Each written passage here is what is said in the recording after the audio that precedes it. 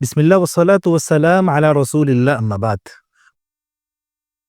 ناظرین کرام، کیا میں آپ کو قرآن مجید کی وہ آیت نہ بتلاؤں جس کا پڑھنا بہت آسان ہے، مگر اس کا ثواب اور اس کا اجر یہ ہے کہ بندہ ڈائریکٹ جنت میں داخل ہو جاتا ہے۔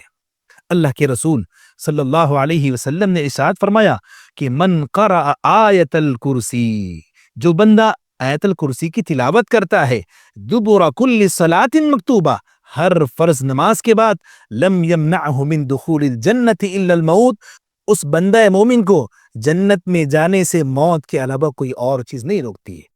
ایک آیت کریمہ اگر میں اور آپ پابندی کے ساتھ اس آیت کریمہ کو پڑھتے رہیں گے اور اس کا جو وقت بتلایا گیا ہے ہر فرض نماز کے بعد، جب میں اور آپ اس کو پڑھیں گے تو یقیناً یہ ایک آیت کریمہ ہمارے لیے جنت میں جانے کا ذریعہ بن سکتی ہے۔ ناظرین اکرام، مگر یہاں سوال یہ پیدا ہوتا ہے کہ جنت میں جانے کے لیے جو آیت کریمہ ہمارے لیے بتلائی گئی ہے، اس آیت کریمہ کو پڑھنا بھی ہمیں آنا چاہیے۔ اس آیت کو پڑھنے کے لیے ہمیں علم سے اپنے رشتے کو جوڑنا چاہیے۔ ناظرین اکرام، ہمیں اس آیت کو پڑھنے کے لیے علماء سے رجوع ہونا چاہیے۔ کیوں؟ کیونکہ علماء ہمیں صحیح سے اس آیت کے پڑھنے کا طریقہ بتلا سکتے ہیں۔ ناظرین اکرام، اگر ہم اس آیت کے اوپر عمل کریں گے، ہمیشہ فرض نماز کے بعد اس آیت کی تلاوت کرتے رہیں گے، تو یقیناً ہمارے لیے جنت میں جانا طے ہو جائے گا۔ ناظرین اکرام، ایک بات میں آپ کو اور بتلا دینا چاہتا ہوں، یہ قرآن مجید کی وہ واحد آیت ہے جس آیت کے بارے میں اللہ کے نبی علیہ الصلوۃ والسلام نے حضرت ابی ابن کعب کو مبارکبادی پیش کی۔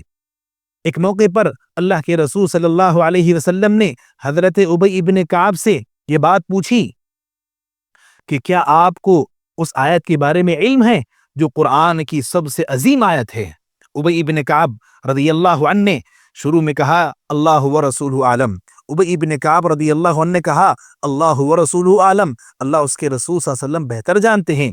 آپ نے پھر سوال کیا، پھر حضرت ابی ابن کعب رضی اللہ عنہ نے کہا کہ وہ آیت آیت الکرسی ہے۔ اللہ کے نبی علیہ الصلوۃ والسلام نے جب آپ کے اس جواب کو سنا تو روایت میں آتا ہے لیہنک العلم ابا منذر، آپ نے حضرت ابو منذر یعنی ابی ابن کعب کو مبارکبادی دیتے ہوئے کہا کہ آپ کو یہ علم مبارک ہو۔ ناظرین کرام، جہاں یہ آیت کریمہ میرے اور آپ کے لیے جنت میں جانے کا ذریعہ ہے، اگر میں اور آپ یہ آیت اور اس کی طرح قرآن کی دیگر آیتیں یا قرآن سیکھیں گے، اس کا علم حاصل کریں گے، تو ہم بھی یقیناً مبارک لوگوں کے اندر شامل ہو سکتے ہیں۔ تو لہذا ہمیں قرآن کی تلاوت کرنا ہے اور خصوصاً فرض نماز کے بعد آیت الکرسی کی تلاوت کرنا ہے۔